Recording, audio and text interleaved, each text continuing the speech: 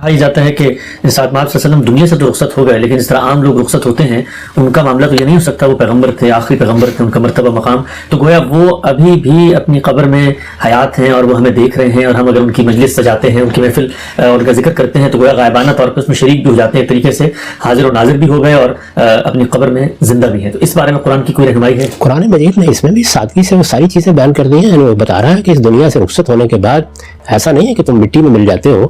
سبھی انسان ایک درجے میں زندہ ہے۔ شہداء کے بارے میں یہی کہا ہے،